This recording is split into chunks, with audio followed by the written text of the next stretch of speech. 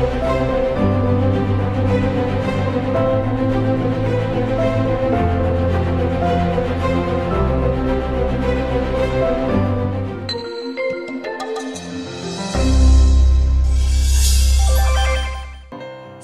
Bapak Ibu semuanya. Oke, kita langsung belajar ya saat hari ini. Tema kita adalah Purposes of Power. Tapi saya lebih penekanan pada siang hari ini tentang awas kryptonite-nya. Kita pada waktu menerima Yesus sebagai Tuhan dan Juru Selamat, kemudian hari Kamis kemarin kita memperingati bagaimana Yesus naik ke sorga, dan hari-hari ini biasanya di gereja-gereja mengadakan 10 hari menanti pencurahan Roh Kudus. Nah, begitu Roh Kudus turun atas kita, setiap kita yakin itu terjadi, maka dikatakan ada kuasa yang ada di dalam kita. Oke, ke sini ya. Aku enak di next aja deh, tolong Pak Budi. Oke.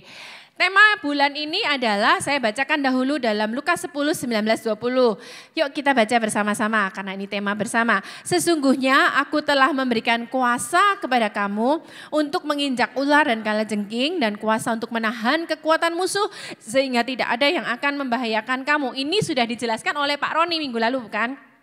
Nah, penekanan saya sekarang adalah di ayat selanjutnya. Mari kita baca. Namun demikian janganlah bersukacita karena roh-roh itu takluk kepadamu. Tapi bersukacitalah karena namamu ada terdaftar di sorga. Bersukacitalah karena nama kita ini sudah terregister Bapak Ibu ya, terdaftar. Awal Mei seperti kita tahu kita dari Amerika mengunjungi Tirsa yang lahiran anak kedua. Tanggal 2 Mei kemarin kami pergi ke Lex Airport untuk pulang ke Indonesia. Kami datang ke counter check-in kemudian hanya menyerahkan paspor kami. Karena apa? Karena nama kami sudah terdaftar. Saya sudah bayar tiketnya Bapak Ibu.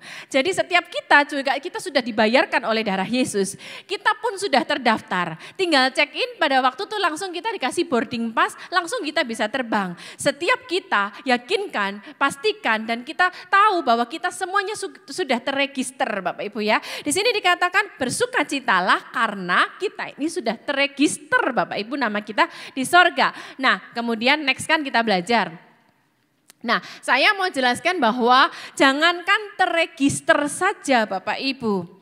Firman Tuhan berkata bahwa sejak kita lahir ke muka bumi ini, Tuhan itu sudah punya ketetapan, tujuan, destiny buat masing-masing setiap kita.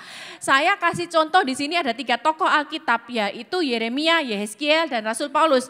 Tapi yakinkan setiap kita, Tuhan itu sudah punya destiny masing-masing. Katakanlah di sini Pak Agus. Pak Agus Tuhan juga sudah punya destiny. Bapak jadi pengusaha. Pak Sahat, bahkan Pak Sahat itu pandai memasak. Setiap kita ada tujuannya masing-masing. Pak Rio pandai main musik, sangat mahir luar biasa. Yeremia dikatakan pasal 1 ayat yang kelima. Sebelum aku membentuk engkau dalam rahim ibumu, aku sudah kenal kamu. Sebelum kamu keluar dari kandungan, aku sudah menguduskan kamu. Aku sudah menetapkan kalau Yeremia jadi nabi bagi bangsa-bangsa. Saya kasih ilustrasi seperti ini. Saya Nancy Limantono, lahir Mei 72 di kota Surabaya. Dari nama Papi Lim Cebi, Mami Lo Unlock gitu ya. Nah itu lahirlah saya. Pada waktu saya dirilis ke muka bumi ini, sudah ada ketetapannya. Nanti pada waktu saya percaya Tuhan, di situ nama saya terdaftar di sorga. Oke ya. Kemudian Yehezkiel pun juga, pasal 3 ayat 17a, hai anak manusia, aku sudah menetapkan engkau menjadi penjaga kaum Israel. Next kan lagi contoh Rasul Paulus di dalam Kisah Para Rasul. Dikatakan, aku menampakkan diri kepadamu untuk menetapkan engkau menjadi pelayan dan saksi. Jadi sebelum saya lebih lanjut, saya mau pastikan buat Bapak Ibu bahwa setiap kita ada, kita hidup. Bahwa Tuhan sudah menetapkan tujuan, destiny buat setiap kita masing-masing. Bapak Ibu jangan khawatir tentang hari besok, gimana aku besok ya, kontrakan rumah habis, belum bayar uang sekolah anak-anak. Jangan berpikir seperti itu karena firman Tuhan berkata, bahkan sampai akhirnya nanti pun Tuhan tuh sudah tahu endingmu. Kenapa di tengah jalan kita khawatir, bahkan sedang endingnya aja Tuhan sudah tahu. Oke, next kan lagi kita belajar, tapi yang menjadi masalah adalah awas dosa. Makanya judulnya tadi saya kasih Purposes of Power, tapi ada kryptonite, awas kryptonite. Apa sih kryptonite? Bapak Ibu nonton Superman kagak? Superman itu kan manusia yang super power, kekuatannya lebih berapa kali dari manusia biasa. Dia bisa ngangkat kereta, dia bisa melakukan hal-hal yang luar biasa. Tapi kalau Superman ini kena satu kristal berwarna hijau yang mengandung radiasi, maka Superman ini akan menjadi lemah seperti manusia biasa. Nah, firman Tuhan kan berkata, kalau kita Roh Kudus dalam kita powerful dong. Kita luar biasa dong. Tapi kalau ada kryptonite, kita sama seperti Superman, power itu juga hilang dari kita. Kryptonite dalam diri kita tuh apa sih Bapak Ibu? Dosa. Seperti waktu Paskah kemarin, Pak Jonathan Patiasina bilang, ingat loh ya, dosa itu bukan sekedar perbuatannya, tapi dosa itu bicara status kita sebagai budak Bapak Ibu. Roma 8 ayat yang ke-15, sebab kamu tidak lagi menerima roh perbudakan, tapi Tuhan menjadikan kita sebagai anak Allah. Seperti biasa, saya kan selalu minta pakai ilustrasi ya Bapak Ibu ya. Pak Roni pernah beberapa kali khotbah tentang ilustrasi pesawat dari JFK menuju ke, waktu itu belum Incheon, masih Gimpo, Korea. Karena pilotnya, nah kita sekarang kedatangan Bapak pilot, Pak Benny. Bapak, boleh bangkit berdiri Pak Benny dan Bu Helen, baru pertama kali hadir ya, kita sambut Bapak Ibu. Ya, Pak Benny ini pilot ya Pak ya. Nah, pilot itu, ini sejarah perpilotan Pak, Bapak mungkin pernah mendengar, itu pesawat Korean Airlines tahun 1983. Seharusnya tujuannya Gimpo Pak, waktu itu belum ada Incheon. Tapi pilotnya tidak mematuhi GPS, waktu itu belum GPS tapi koordinat Pak. Dia transit di Anchorage, Alaska, dari Alaska menuju ke Korea, dia akhirnya terbang di atas laut okas Uni Soviet. Dan karena sama Uni Soviet dikira pesawat mata-mata, bem, ditembak, mati semuanya. Karena apa? 1 derajat aja. Kalau 1 derajat selisih kamu menyimpang, maka semakin lama, semakin berjam-jam apa yang terjadi, kita menyimpang jauh dan kita keluar dari sasaran. Dosa di sini dikatakan bahasa artinya hamartia, itu artinya missing the target Bapak Ibu. Boleh minta tolong Nona Widya dan Kesia dan kemari. Nona Widya dan Nona Kesia. Oke, Bapak Ibu pelan-pelan belajar ya hari ini ya. Kesia di sono, stop. Widya sama saya di sini. Nah, Widya lahir tahun berapa? Di Jakarta. Oleh seorang mama yang sangat cantik namanya Diana. Di manakah mamahnya yang namanya Diana? Mana ya? Oke. Pada waktu itu, tahun 94 tersebut dari seorang Mama Diana, seharusnya kamu berjalan menuju ke sana. Itu destinimu, Tuhan sudah tetapkan. Jadi jangan khawatir Bapak Ibu di tengah perjalananmu. Tapi kalau dosa itu hamartia, 1 derajat aja. Berjalan yuk. Seharusnya yang benar ini lurus. Tapi 1 derajat Bapak Ibu, berhubung saya enggak bisa semakin ke sono, jatuh nanti. Terus aja Wid ya. Nah, stop Wid. Perhatikan Bapak Ibu, hamartia dosa itu cuman 1 derajat melesetnya. Tapi kalau Bapak Ibu biarkan itu meleset, Bapak Ibu enggak akan sampai kepada destiny yang sudah Tuhan berikan buat setiap kita. Thank you. Next kan lagi. Nah, semua akar dosa, kan tadi bicara dosa hamartia.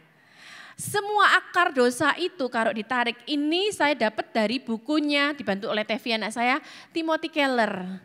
Yang kita baru dengar kabarnya, Timothy Keller ini seorang yang luar biasa, penulis buku, pengajar yang luar biasa. Dan hari Jumat malam kemarin, beliau oleh kemurahan Tuhan dipanggil Tuhan, kena kanker pankreas, tapi dia meninggalkan legacy yang luar biasa, termasuk pelajaran yang kita pelajari pada saat siang ini. Rupanya semua dosa itu akarnya hanya 4. Kita evaluasi yuk Bapak Ibu siang hari ini, kita identifikasi yuk siang hari ini, kita tuh ada di mana. Oh saya suci Bu, enggak. Kita ada Bapak Ibu. Kalaupun kita benar-benar lurus berjalan, ya baik puji Tuhan. Kita terus mempelajari diri kita. Yang pertama adalah power. longing untuk punya influence, untuk bisa, kalau influence yang bagus enggak apa-apa ya, positif. Tapi ini di sini kecenderungan negatif untuk pengakuan. Jadi contohnya Bapak Ibu, nanti saya jelaskan. Satu addiction, jadi dosa itu kamu pegang kan 1 derajat. Tapi kalau kamu enggak segera berbalik, itu akan membawa kamu jadi berhala kamu. Dan iblis akan terus membawa, terus menarik sehingga itu menjadi addiction buat setiap kita Bapak Ibu. Nah kalau power itu adalah hasrat untuk akhirnya menguasai orang lain. Addiction yang akhirnya dia di sini influence yang negatif. Oke, cari duit bagus sih. Tapi akhirnya apa? Mulai melenceng. Aku mau dihargai orang lain, aku mau cari duit terus supaya aku punya power, aku bisa menguasai orang, aku bisa mendikte orang, itu power itu Bapak Ibu. Atau selanjutnya kontrol. Kontrol itu hasrat untuk segala sesuatu tuh berjalan sesuai plan kita. Nah kalau saya identifikasi, plan saya ini ada di kontrol Bapak Ibu. Jadi bicara dosa itu bukan hanya kalau kita ketagihan pornografi, ngerokok, bunuh, bohong itu. Tapi segala hal yang tanpa kita sadar 1 derajat membuat kita lebih cinta kepada hal tersebut daripada Tuhan. Waktu kita, uang kita, perhatian kita sudah mulai fokus ke sana lebih daripada Tuhan. Awas 1 derajat itu kita sudah mulai menyimpang. Nah kemudian comfort itu apa sih? Segala hasrat kita tuh mau nyaman, stres di kantor, akhirnya dimarahi bos. Aduh daripada aku stres gak ngerti deh gimana, pulang akhirnya cari pelampiasan, hal-hal yang bisa dilakukan. Nah kemudian atau approval, hasrat untuk diterima. Desire seperti ini, yuk kita belajar. Saya nanti akan sebutkan contoh-contohnya ya. Satu addiction bisa karena akar yang berbeda. Kita pelajarin di sini. Nanti kali ini saya akan minta Tevi, anak saya yang bantu saya. Mungkin saya berpikir gini loh Bapak Ibu, wow kita jadi orang tua nih, hamba Tuhan. Tevi anak pendeta dong. Kita mendidik anak saya dalam takut akan Tuhan, dalam kebenaran firman Tuhan. Tapi ternyata saya sebagai orang tua enggak tahu. 1 titik dalam kehidupan Tevi, dia ngalamin kekelaman Bapak Ibu. Tapi akhirnya dia bisa lepas dari kekelaman itu. Dia bisa terus terang kepada kami. Bapak Ibu kita sebagai orang tua enggak sempurna ya. Kadang-kadang kita melihat anak kita tuh perfect banget. David juga sempat terikat Bapak Ibu, tapi nanti kita dengar kesaksian sendiri dari Tevi. Di sini juga beberapa ada anak-anak muda, ada anak-anak yang usia remaja, usia dewasa muda. Jangan khawatir, dari kesaksian Tevi nanti kita belajar justru menutupi dosa, itu membuat dosa bersembunyi dengan aman di dalam dirimu. Tapi justru mengakui, menghabiskan rasa malu, justru mempermalukan iblis. Contoh di sini ada pornografi, uang, game, shopping bahkan. Ada seseorang Bapak Ibu, dia kecewa sama suaminya tidak sesuai harapannya. Dia melakukan pelarian dengan apa sih? Shopping. Rupanya apa yang terjadi? Shopping diturutin, akhirnya menjadi berhala dia, adiknya dia. Segala sesuatu yang mengambil perhatianmu, waktumu, cintamu dari Tuhan, itu sudah 1 derajat menyimpang dari tujuan kita pada Kristus. Kemudian medsos juga, mabuk juga, makan bahkan, merokok, apapun juga itu kita evaluasi. Oplas, operasi plastik di sini saya jelaskan. Waduh ada orang pertama filler mulut, wah kok merasa lebih cantik, jadi hidung, jadi tarik ini, tarik itu, semuanya mau diperbaikin. Oke, next kan lagi kita belajar. Addiction itu apa sih Bapak Ibu? Itu sudah jadi perbudakan. Ingat loh ya, tadi ditarik 1 derajat. Nanti kita belajar bersama. Perbudakan itu akhirnya apa? Dia tarik kamu semakin lama semakin jauh, semakin lama semakin jauh, dan kamu lama-lama tidak nyaman jika kamu tidak melakukannya. Akhirnya kamu jadi keterikatan. Kalau Tevi anak saya apa sih? Biar dia cerita. Saya seharusnya sih malu juga saya. Makanya saya kalau seminar keluarga Bapak Ibu bicara sama mama-mama orang tua, saya bilang gini loh, kita jangan sampai berpikir, gini saya cerita aja. Suatu kali saya pelayanan mamah-mamah yang anaknya sekolah di Penabur SD. Nah, mentorin dia nangis, Bu Nancy, saya sebagai seorang mamah yang gagal, saya tuh hancur hidup masa depan anak saya. Kenapa, Bu? Anaknya cewek kelas 5 SD punya grup WA. Kiranya mamahnya ya WA chat-chat biasa toh. Suatu kali pas mamanya buka, ternyata di dalam grup WA tersebut itu sahabat-sahabatnya cewek-cewek semua. Video porno yang benar-benar istilahnya blue ya. Yang benar-benar sudah luar biasa gitu ya. Oh enggak tahu katanya. Suci Pak Roni ini Bapak Ibu ya. Padahal satu lemari Bapak Ibu dulu videonya. Pernah ngaku dosa gitu ya. Nah dia bilang saya ini benar-benar sebagai orang tua yang gagal. Saya mau kasih tahu orang tua di tempat ini. Jangan sampai akhirnya iblis mengintimidasi kita. Kamu gagal kamu. Anakmu enggak punya masa depan. Otak anakmu sudah rusak. Enggak Bapak Ibu enggak. Siang hari ini kita akan belajar ya. Nah semakin lama semakin dalam. Iblis itu begitu kamu ambil satu kali titik kelemahanmu dia akan semakin menarik kita. Nah seperti contohnya kalau saya kasih ilustrasi minum air garam. Kalau kita merasa diri kita, tadi kan bicara tentang power, comfort, kemudian approval dan kontrol. Kalau kamu merasa tidak nyaman di situ, jangan mencari pelampiasan ke tempat lain. Kepuasanmu dalam Tuhan, nanti kita kembali, nanti kita belajar bersama-sama. Nah, nih kalau saya tanya sama Bu Irma, haus nih Bu ya, haus banget, enggak ada air putih. Saya kasih Ibu Irma satu botol besar air saya ambil dari pantai, air laut. Saya kasih Ibu, sebaiknya Ibu minumkah air laut tersebut? Enggak, karena semakin kita dapat tawaran dari iblis, semakin kita minum air garam tersebut, bukannya kita puas loh Bapak Ibu, semakin kita desperate, semakin kita kehausan, kering tenggorokan kita, itu loh iblis. Kamu enggak puas dengan hidupmu, enggak ada air kamu merasa, iblis menawarkan pengganti air garam. Begitu kamu minum, semakin desperate hidupmu, semakin jatuh, semakin jauh dari Tuhan. Nah saya ada video klip Ted Bundy, saya jelasin dulu. Ted Bundy ini awalnya dia itu suka baca pornografi. Nah, kemudian dia bukan sakit jiwa loh ya, bukan sakit jiwa awalnya Bapak Ibu. Kemudian dia akhirnya terjebak lebih lagi, iblis itu menarik lebih dalam, dia akhirnya nonton pornografi. Tadinya baca, nonton. Akhirnya semakin terikat, dia melakukan pemerkosaan. Terjadi di Amerika tahun 1970 sampai 1980. Dan kesaksian yang diwawancara ini Ted Bundy sehari sebelum dieksekusi kursi listrik Bapak Ibu, dijatuhi hukuman mati. Dia bilang yang dia ngaku, kalau kita pelajarin saya lihat di Google-nya 30 yang ngaku. Tapi diperkirakan akan lebih banyak lagi. Dan dia sakit jiwanya karena apa? Semakin dalam. Maaf ya Bapak Ibu permisi, dia wanita, dia cekek, mati itu perempuan. Enggak, dia langsung sembunyikan. Dia sisirin itu cewek, dia cantikin, maaf, lagi. Dia bukan sakit jiwa awalnya. Tapi iblis itu tarik, sama seperti tadi ilustrasi. Cuman 1 derajat loh Bapak Ibu. Tapi kalau kamu enggak segera kembali dari kasihmu, fokusmu pada Tuhan, jatuh. Ini video klipnya. Tolong.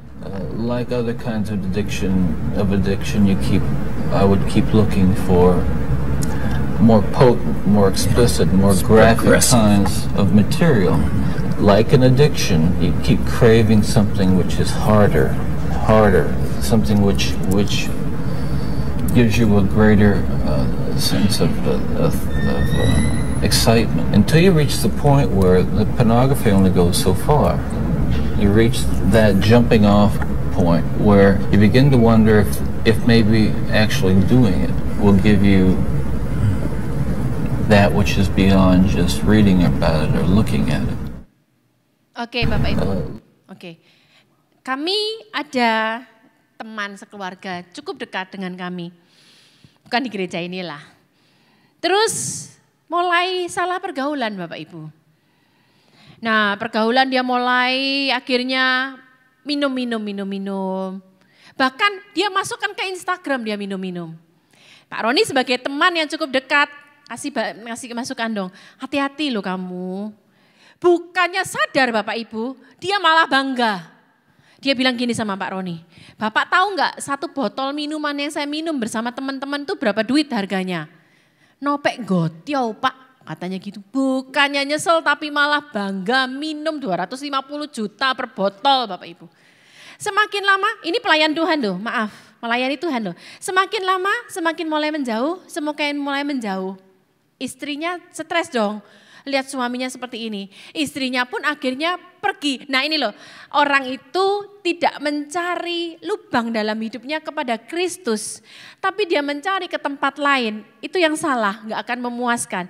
Dia pergi kepada teman-temannya, ternyata teman-temannya pun juga bawa dia dalam hal yang salah. Minum pula Bapak Ibu. Minum, pulang pagi, anaknya 3, yang paling kecil tuh masih sangat kecil, masih umur 5-6 tahun dan enggak pernah diperhatikan lagi. Karena apa sih? Awal yang salah. Jadi yuk kita waspada dan hati-hati Bapak Ibu. Di sini saya tuliskan kepuasan itu hanya sementara dan hal tersebut menjadi Tuhan buat hidup kita. Dan ingat loh ya, ini bukan hanya tampak langsung besar dosa, perzinahan, langsung membunuh, langsung korupsi dan ini itu tidak Bapak Ibu. Tapi waspada, hobi kita. Waspada, wow aku koleksi sesuatu. Orang koleksi itu kepingin menambah miliknya lagi. Dia puas kalau barang di lemarinya bertambah, puas gak? Puas sementara.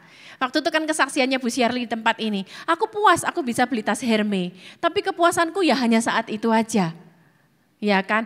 Nah kita gak akan pernah puas Bapak Ibu. Oke, nextnya saya kasih contoh Yudas. Yudas ini murid Tuhan yang selalu bersama Tuhan. Makan bersama Tuhan, dimuridkan Tuhan, tidur bersama Tuhan, bahkan buat mujizat bersama Tuhan. Tapi kalau kita lihat ending hidupnya benar-benar tragis Bapak Ibu. Lihat ya, iblis itu semakin menarik kamu jauh dari destiny ketetapan Tuhan. Saya pernah jelaskan bahwa dia seorang pencuri. Saya pernah tanya Bapak Ibu apa bedanya men dan pen? Apa bedanya mencuri dan pencuri? Men itu perbuatan, pen itu tabiat Bapak Ibu. Sudah jadi kebiasaan. Nah tapi karena dia tidak segera berbalik, firman Tuhan mengatakan bahwa akhirnya dia berunding dengan kepala-kepala bait Allah dan dia bahkan menjual Yesus. Gini, saya mau kasih statement gini ya. Iblis itu licik banget bikin bulan promosinya Bapak Ibu. Buy one get 3 free gitu. Cashbacknya 150%, bahkan dipulangin dikasih bonus lagi. Tapi begitu kamu ambil promosi dari iblis ini, dia tidak akan lepaskan kamu. Dan begitu dia ambil, setiap misalnya kita ambil, dia akan mengintimidasi kamu. Jadi begitu Yudas kena, firman Tuhan, Pak Buana Tanjung jelaskan minggu lalu, dia merasa bersalah dong, dia rasa guilty feeling dong. Tapi iblis tidak main-main loh Bapak Ibu. Dia bilang, gak layak kamu, gak pantas kamu. Kita tahu, Kisah Para Rasul menuliskan ending dari hidup Yudas, dia gantung diri Bapak Ibu. Tapi matinya Yudas bukan mati karena gantung diri di gantungan, bukan. Kisah Rasul mengatakan talinya lah kok ya putus Bapak Ibu, saya gak ngerti kok talinya bisa putus. Dia jatuh, pas dia jatuh di bawah itu ada benda tajam. Jeruk kena perutnya, firman Tuhan berkata isi perutnya terburai keluar. Itu iblis Bapak Ibu. Itu kryptonite, hati-hati seperti itu. Oke, next lagi. Sekarang adalah bagaimana melepaskan diri dari addiction. Yang pertama dari dosa, perzinahan, apapun itu. Kamu tuh sadar dulu lah bahwa kamu tuh sedang ada di situ. Kalau kamu tidak sadar, kamu tidak akan mau keluar. Langkah pertama, kamu sadar aku ada di sini. Ini hal yang salah Bapak Ibu. Kalau kita nonton TV nih, saya sebutin nama aja enggak apa-apa ya, karena kan memang ini ada di berita. Kalau seseorang itu sudah divonis sama hakim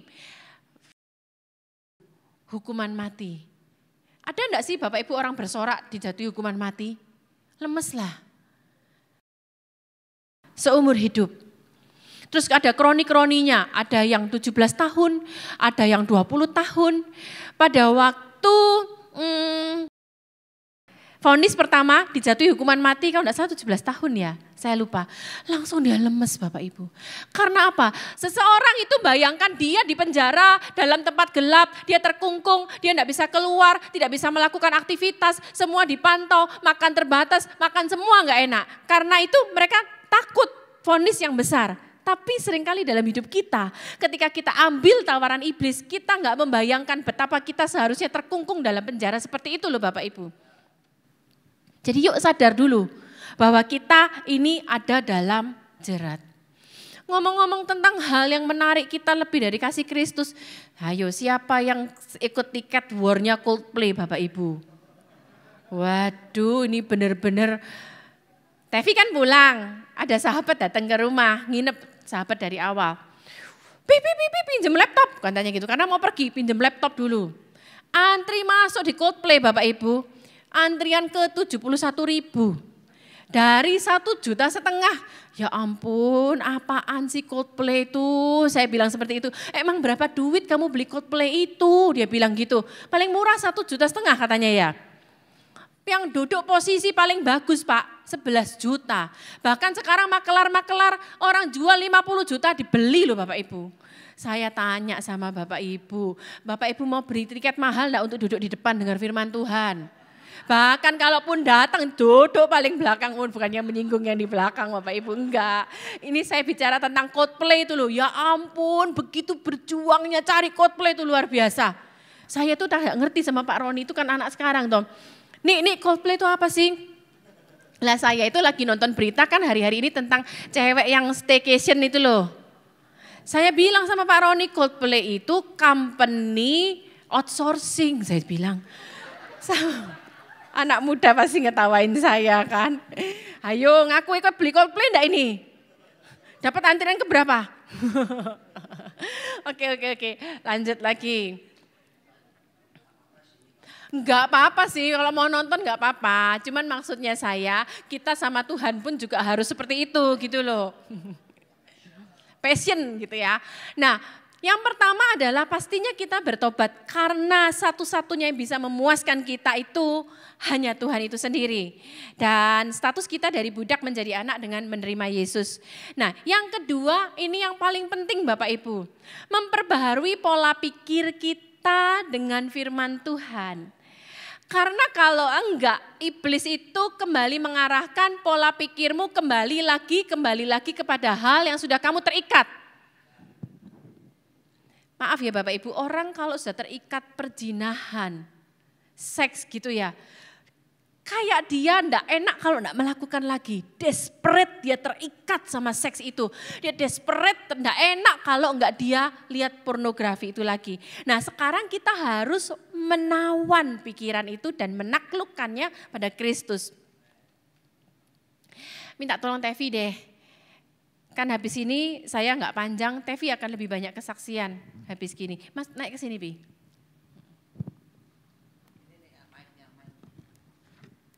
Makasih. Nah, kita ini kan sudah pikiran orang itu kalau sudah terjebak dosa. Pikirannya ini loh Bapak Ibu yang dirusak sama iblis. Nah makanya sekarang kita harus menawan pikiran. Cuman tidak berhenti di menawan, tetapi dilanjutkan menaklukkannya pada Kristus. Sebelah kanan Mama. Kami, ayo Bapak Ibu baca bersama-sama ayat ini, 1, 2, 3. Kami menawan segala pikiran dan menaklukkannya pada Kristus. Tidak cukup menawan Bapak Ibu, kalau zaman dulu raja yang kalau menang, maka raja yang dikalahkan tersebut ditawan dan dibawa ke tempat negaranya. Tapi bukan hanya ditawan kan seperti ini. Kalau kita lihat ceritanya Simpson, dia bukan hanya dirantai aja, matanya pun dicungkil, ditaklukkan sehingga kamu tidak bisa berdaya buat apa-apa Bapak Ibu. Makanya yuk setiap kita yang kita sudah terjebak dalam hal ini, kita sudah terseret, evaluasi pagi hari ini. Dan ayo sekarang kita menawan, iblis pasti akan berusaha mengembalikan dengan hasrat berzina, hasrat seks, hasrat pornografi, hasrat bermain game, hasrat apapun juga itu. Kita kembalikan lagi kepada Kristus, menawan dan menaklukkan pikiran kita. Mulai rasa kepingin seks, seperti kalau orang narkoba itu namanya sakau. Kalau tidak dikasih dia bisa menggeliat-geliat. Nah iblis pun dalam pikiranmu dia buat kamu menggeliat-geliat kepingin lagi. Tevi di sini dulu. 2 Timotius 3 ayat yang ke-16, ayo kita belajar bersama-sama. Segala tulisan yang diilhamkan Allah memang bermanfaat untuk mengajar. Nah, Tevi ini sampai di satu titik dia benar-benar terikat Bapak Ibu. Tapi akhirnya gimana dia bisa lepas? Nanti dia cerita. Tapi gimana kita cara menawan dan menaklukkan pikiran firman Tuhan Bapak Ibu. Bermanfaat untuk mengajar, sama-sama baca Bapak Ibu. Menyatakan kesalahan. Tadi dia sharing sama saya. Iblis tuh kasih ngomong gini loh ke dia. Kamu untuk apa rasa bersalah? Kamu bertobat pun, toh kamu bakal jatuh di situ lagi. Nah ini loh jebakan iblis. Untuk apa kamu rasa bersalah? Kamu bertobat, nanti kamu akan jatuh di lubang yang sama. Iblis bilang gitu sama dia. Nah, tapi firman Tuhan berkata dia menyatakan kesalahan dan memperbaiki kelakuan. Kalau kita sudah diperbarui, ada firman, memang iblis berusaha menjebak lagi kita supaya kita kembali ke lubang yang sama. Tapi firman Tuhan di sini berkata justru firman Tuhan itu akan memperbaiki kelakuan kita Bapak Ibu. Dan mendidik orang dalam kebenaran. Kata mendidik itu bukan berarti selesai. Tapi mendidik itu proses. Setiap kita ayo diisi firman. Bukan berarti kita lepas, langsung kita lepas gitu aja. Kita proses Bapak Ibu. Dan progres. Dan kalau kita berkata, Bu kalau ngomong Roh Kudus, kalau ngomong firman Tuhan, saya baca firman, saya lupa loh Bu sama firman Tuhan. Saya baca firman Tuhan, saya nggak ngerti loh Bu firman Tuhan itu apa. Nah sebelum saya kasih ilustrasi, yuk kita baca dulu bersama-sama ayatnya.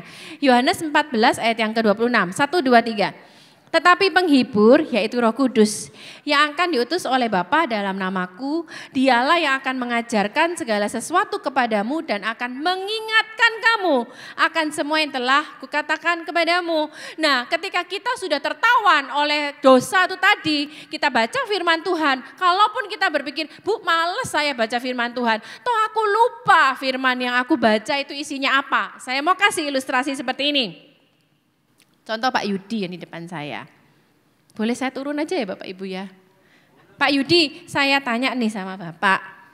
Tadi pagi Bapak sudah sarapan belum? Sudah sarapan Pak Yudi? Menunya apa? Baru tadi pagi loh, sudah agak lupa. Nanti saya jelaskan. Tadi pagi makan bakpao sama siomay. Wow, kok enggak bagi-bagi ke saya sih Pak?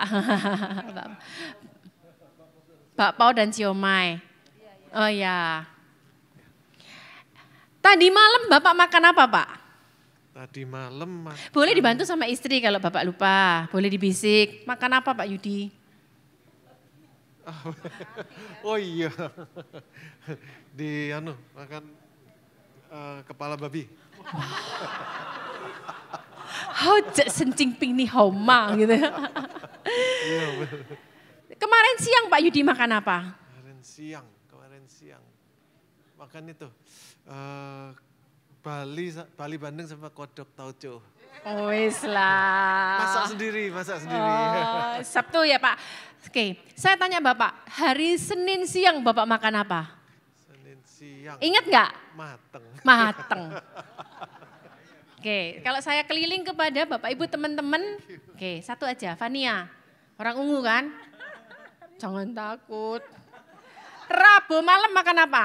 Rabu malam saya tuh ada komsel. Makannya snacknya.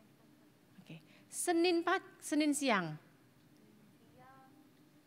Kagak inget kali. Oke. Saya mau jelaskan gini Bapak Ibu. Kenapa sih saya tanya, saya turun, saya gini. Bapak Ibu kan bilang, Pak Yudi bilang enggak inget, waduh mateng katanya. Enggak inget lupa makanannya Pak. Apakah Bapak jadi enggak makan karena Bapak lupa menu yang Bapak makan? Ngapain juga aku harus makan, toh aku lupa menu yang saya makan. Gini Bapak Ibu dengarkan statement saya ya. Kita lupa sama menu yang kita makan. Tapi kita hidup, Bapak bisa jadi pilot, Ibu bisa melakukan tugas ibu rumah tangga. Setiap kita melakukan aktivitas kita, melakukan kegiatan kita bekerja, kita melayani, kita melakukan semua apapun juga dengan makanan yang kita makan walaupun kita lupa menunya apa. Tapi kita bisa hidup bertumbuh sehat gara-gara makanan yang kita makan. Sama juga dengan firman Tuhan Bapak Ibu. Kamu bilang kamu lupa apa yang kamu baca. Tapi ayo kita baca terus. Roh Kudus di dalam kita. Ketika kita ngalamin masalah itu yang akan mengingatkan kita sehingga kita tahu bagaimana kita harus menghadapi masalah tersebut Bapak Ibu. Jadi ayo, makanya firman Tuhan bilang tawan pikiranmu, taklukkan dengan apa? Firman. Gak apa-apa kamu lupa. Saya kalau tanya sama Reinhard aja bulan lalu siapa yang khotbah di tanggal ini. Inti khotbahnya apa? Lupa, tapi kamu makan sesuatu dari situ Reinhard. Suatu kali kamu ngalamin masalah, Roh Kudus ngingetin kita. Jadi ayo Bapak Ibu. Ya, next kan lagi, lu Tevi kok duduk. Epi. Nah, yang selanjutnya adalah cut off. Cut off itu istilahnya Bapak Ibu kalau punya anjing, potong buntutnya anjing. Masa kita sampai kiwil-kiwil Bapak Ibu? Bum, sampai cut off benar. Del. Jadi tidak ada bekas, Tevi silakan naik. Dan yang keempat kita butuh accountability partner. Harus ada orang yang dampingin kita karena kamu belum bisa berdiri sendiri atau butuh komunitas. Nah sekarang Tevi bersaksi deh. Gimana Tevi akhirnya, sekali lagi ya saya tanya nih, saya berdua, Pi kamu malu gak Pi? Gak apa-apa Mah. Agak sini Ping. Gak apa-apa Mah. Yang penting aku tahu pasti anak muda banyak terikat sama seperti aku. Tapi mereka malu aja ngakui. Aku ngakuin sekarang dan aku mau kasih share gimana aku bisa lepas dari itu semua. Supaya jadi berkat buat setiap kita. Silakan Tevi. Ya. Aduh. Iya kayak seperti yang Mama bilang. Waktu itu aku bertahun-tahun terjerat sama pornografi. Jadi itu bukan hanya buat cowok ya, cewek juga. Aku punya banyak temen yang abis aku cerita mereka juga bilang, ya aku juga gitu sampai sekarang. Jadi cewek juga. Ya aku bertahun-tahun sama banget kayak Ted Bundy. Jadi aku mulainya tuh baca novel. Terus lama-lama penasaran akhirnya nonton gitu. Jadi memang ya iblis itu bekerjanya gitu ya, dikit demi dikit makin lama makin jauh. Nah, pertama-tama tuh merasa sangat guilty, merasa sangat bersalah ya. Setiap kali habis nonton tuh puasnya ada puas, tapi sementara habis itu langsung guilty banget. Tapi lama-kelamaan merasa numb. Kebal. Bahkan abis aku nonton, aku gak ngerasa apa-apa. Aku gak ngerasa seneng, aku gak ngerasa guilty, gak ada apa-apa. Tapi jadinya aku hidup sehari demi hari tuh datar gitu loh kayak, datar, nggak bisa merasakan sukacita juga. Jadi gitu ya, karena waktu itu aku mikir, ya udahlah aku kalaupun aku bertobat nangis-nangisan, toh nanti aku jatuh lagi. Karena aku udah berkali-kali kayak gitu cycle-nya. Jadi akhirnya lama-lama udah hampa, nggak ngerasain guilty sama sekali, nggak ngerasa. Sampai satu titik ini beneran kasih karunia Tuhan, bukan karena kehebatanku, kehebatan papa mama, ini semua karena kasih karunia Tuhan. Aku ada di satu titik di mana aku udah bener-bener muak. Aku ingat banget tuh satu hari, satu malam di kamar ada Cici lagi tidur karena waktu itu kita lagi share rooms. Nah, aku muak banget, aku nangis, aku kayak Tuhan kenapa aku kok di sini terus, terjerat terus gitu. Aku akhirnya nonton American Gospel, aku nonton The Chosen. Kalau ada yang tahu The Chosen di sini itu show luar biasa sekali. Nonton, baca Alkitab juga. Jadi mulai dari situ itu kasih karunia Tuhan, tapi pastinya harus ada bagian kita juga ya, bukan hanya bagian Tuhan. Nah dari situ juga akhirnya aku ikut counseling. Jadi di sini yang mungkin takut untuk terapi, counseling, it's okay, justru itu bagus banget.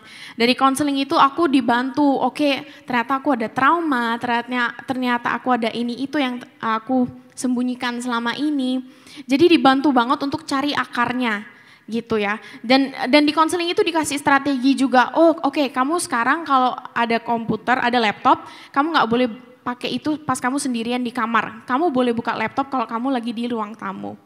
Gitu dikasih strategi, karena kita harus punya iman tapi kita juga harus punya hikmat, amin.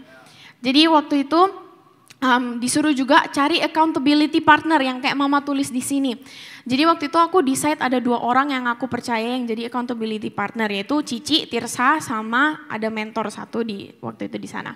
Jadi aku selalu bilang ke mereka, Tir bantuin aku setiap minggu, tanyain aku updateku gimana. Dan kalaupun aku jatuh, just ask me gitu, apa yang terjadi, kamu waktu itu mikirin apa gitu.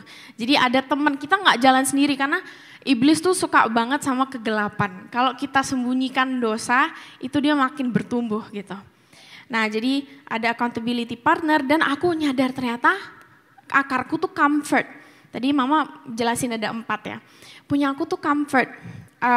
Jadi setiap kali aku pulang sekolah, aku capek, aku stres mikirin ini itu, aku bukannya lari ke Tuhan dan aku ingat, oh ya Tuhan kepuasanku, ketenanganku hanya bisa ditemukan di Engkau, tapi aku malah lari ke pornografi gitu ya. Jadi penting banget karena kalau nggak diidentifikasikan akarnya, aku bisa cut off pohonnya nih, pornografi udah cut off, tapi sebenarnya aku masih ada comfort yang masih akarnya, aku akan pergi, aku cari comfort sekarang ke makanan deh, aku cari pacar deh sekarang, pacarku yang jadi comfortku. Jadi kita harus sampai akarnya kita cut off.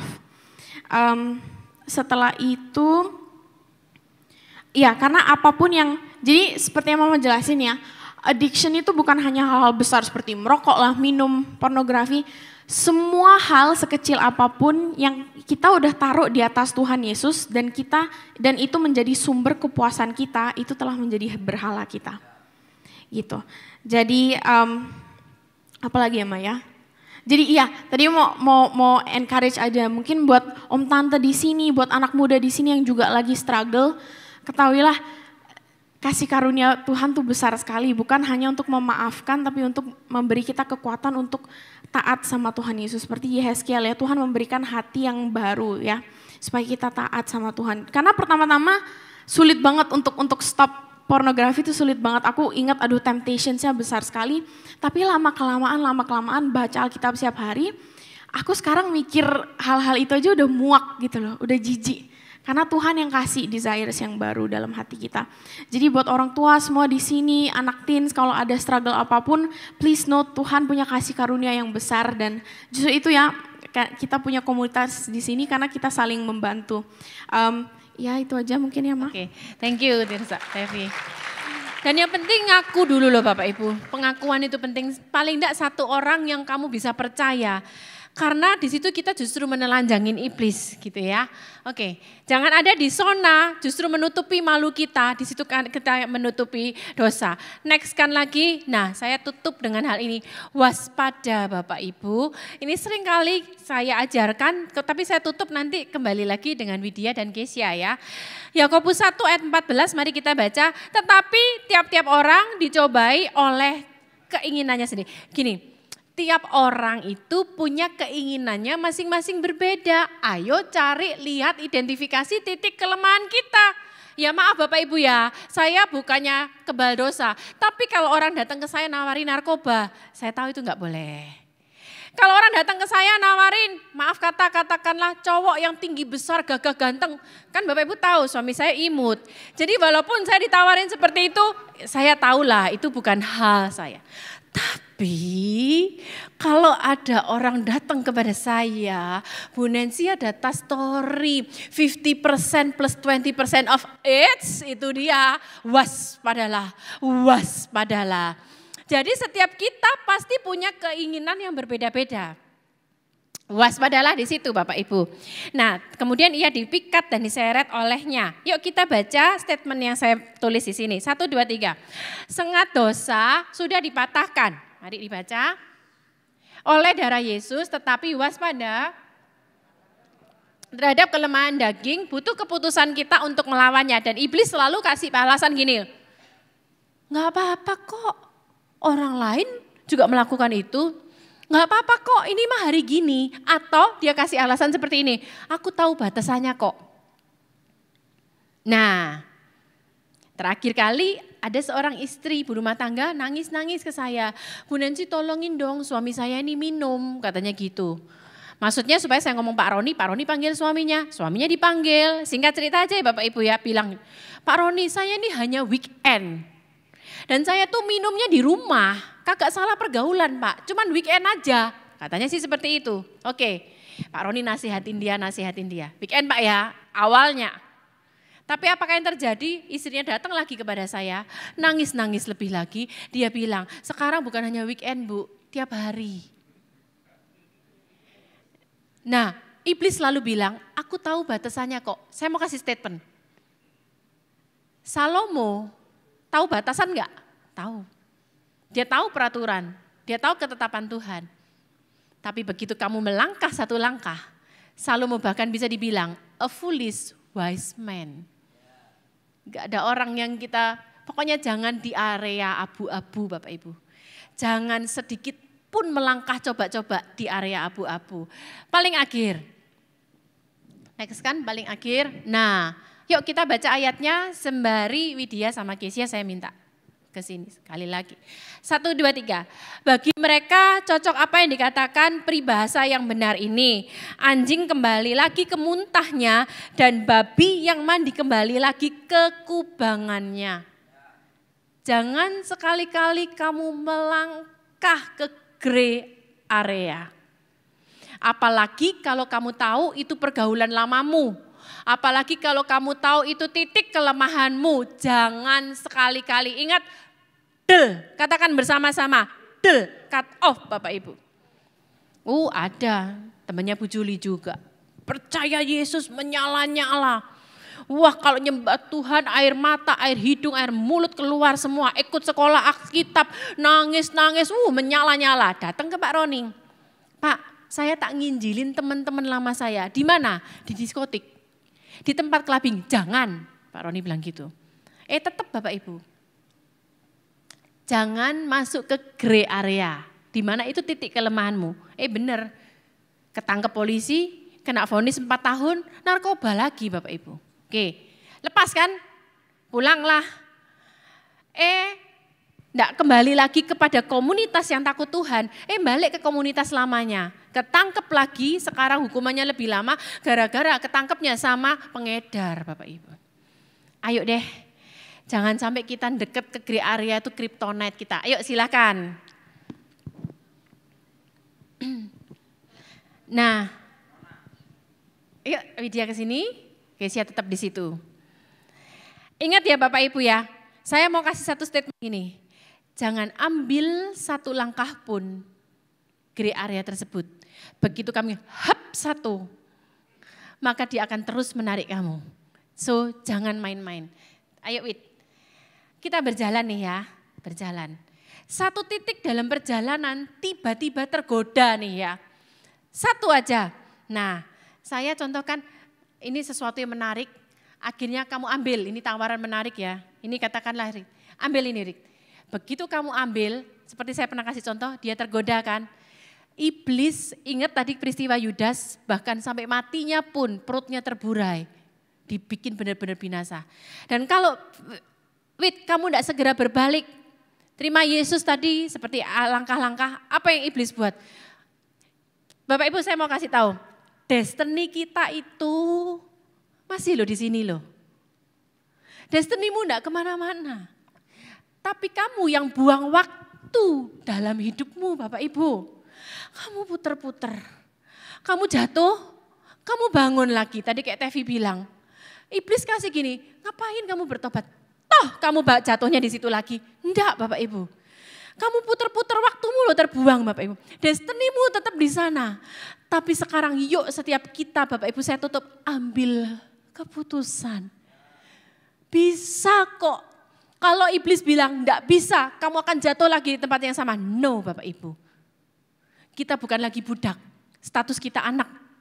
Dan sekarang ayo kita berjalan bersama-sama. Iblis itu firman Tuhan berkata dia berjalan keliling, dia selalu menawarkan tawaran. Tapi yuk fokus kita, ingat pada destiny Tuhan yang sudah Tuhan tetapkan atas setiap kita. Oke. Tuhan Yesus memberkati, ingat ada kuasa dalam kita, tapi awas kryptonite. Silakan pemusik ke depan. Bentar sayang kamu di sini. Nah ini akibat dijorokin saudara ya. Saya jadi senang saya tinggal melihat di situ dan saya sendiri dapat berkat. Bapak Ibu dikasih Tuhan, ingat baik-baik bahwa memang kalau kita bertobat, dosa kita diampuni. Kutuk dipatahkan. Tapi ingat loh, ada kelemahan generasi. Cek baik-baik generasi saudara di atas itu kelemahannya apa? Itu waspadai. Saya pernah dengan isi saya pemberesan ini. Kelemahan generasinya dia di atasnya adalah kecongkakan, kesombongan. Karena orang mampu, orang tuanya orang mampu, ya di Surabaya dulu ya mau pengen ini, bisa dapat ini semua. Congkak. Nah itu kita waspada. Jadi dia mulai mewaspadai kalau ada kesombongan mulai datang, merasa lebih datang, congkak, hati-hati. Karena tahu kelemahan generasi. Saya lain lagi. Kalau saya, kelemahan generasi saya, itu di atas itu banyak yang berselingkuh. Perselingkuhan, perzinahan. Wih. Karena keluarga saya itu dari orang tua saya dibesarkan di kompleks pelacuran. Saya pun SMP udah digoda pelacur. Makanya jangan heran saya terikat pornografi dulu. Ketika saya bertobat, nah sekarang kita ngerti ini. Kelemahan generasi saya adalah kalau saya harus waspada terhadap perempuan. Saya harus waspada terhadap pornografi. Saya udah tahu dah. Ya, kita berdua sepakat. Begitu kita nonton Netflix, begitu ada tulisannya kan. Telanjang dan adegan seksual. Sudah kita nggak nonton. Gitu loh. Jadi nanti dicepetin di situ. Kita berdua berjaga. Karena khawatir kita. Apalagi saya. Saudara, saya sudah khotbah dalam luar negeri saudaraku. Tapi kalau saya remehkan itu, saya bisa jatuh lagi. Tidak ada yang bisa garansi. Makanya penting jaga. Saudara, ayo cek baik-baik sekarang. Ayo kita berdiri. Suami istri sekarang cek generasi di atas kita itu apa kelemahannya. Itu yang harus diwaspadai. Jangan saudara santai-santai. Oh aku udah dibebaskan. Hati-hati. Hati-hati. Tolong TV sini sebentar.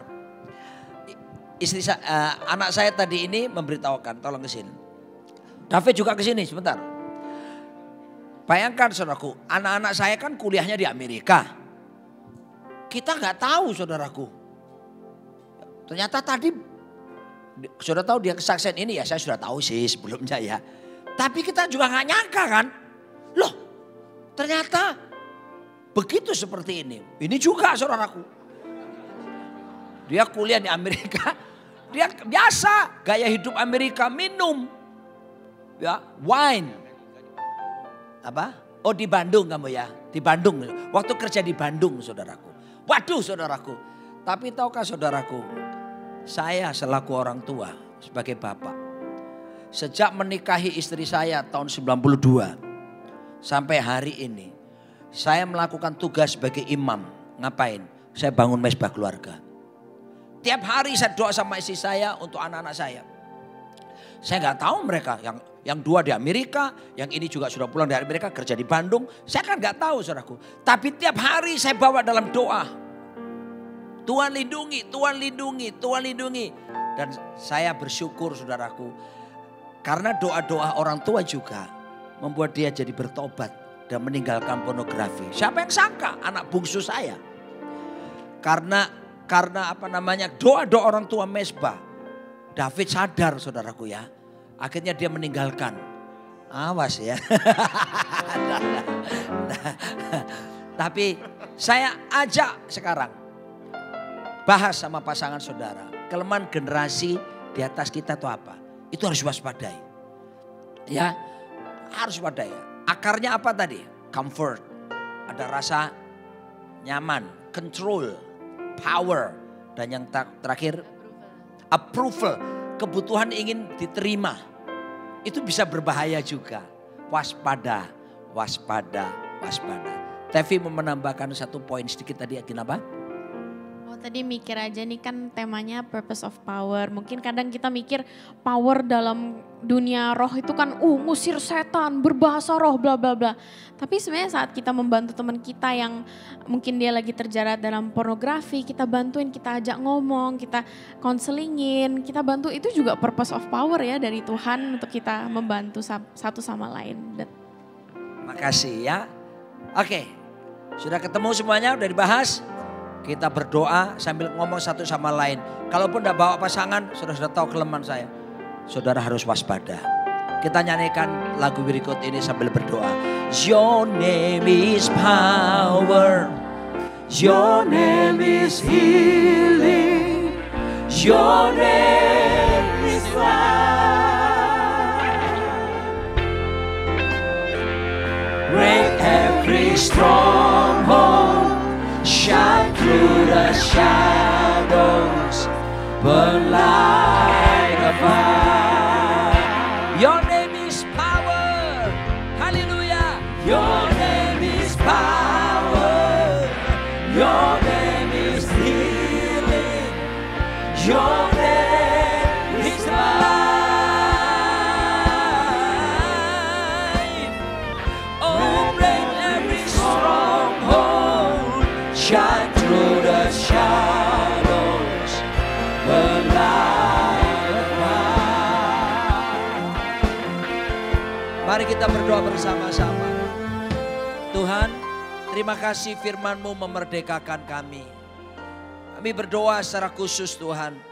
Kami sadar bahwa ketika kami tidak berjaga-jaga, dosa sudah mengintip. Iblis berjalan keliling seperti singa yang mengaum-ngaum. Tapi kami percaya pertolongan-Mu dan perlindungan-Mu. Berikan anugerah kepada kami supaya kami berani berkata tidak kepada dosa. Kalaupun ada di antara kami yang masih terjerat, Tuhan ampuni kami, tolong kami ya Tuhan. Supaya kami menyadari bahwa itu tidak benar. Akan membuat kami berjalan menyimpang dari destiny yang Tuhan tetapkan. Biarlah kami berhenti dan oleh karena nama di atas segala nama, hamba juga berdoa mematahkan segala upaya si jahat iblis yang akan membawa kami keluar daripada destiny yang Tuhan sudah tetapkan. Tuhan lindungi anak-anak kami, cucu-cucu kami, dimanapun mereka berada. Mata kami, pengawasan kami orang tua bisa terbatas. Tapi Roh Kudus-Mu hebat Tuhan. Malaikat-Mu tolong menjaga mereka. Supaya anak cucu kami semuanya mereka terpelihara dan terlindungi. Terima kasih untuk ibadah siang hari ini. Tolong kami, mulailah kami dari orang tua untuk kami sadar dan berusaha menjauhkan diri dari segala kelemahan generasi di atas kami. Dan di dalam nama Yesus kami menerima anugerah. Karena anugerah itu justru menolong kami untuk kami bisa lepas dari segala kuasa dosa itu. Darah-Mu berkuasa. Meteraikan ini di hati kami. Biarlah kami pulang dengan merdeka. Dalam nama di atas segala nama Tuhan kami Yesus Kristus. Yang percaya berkata, amin.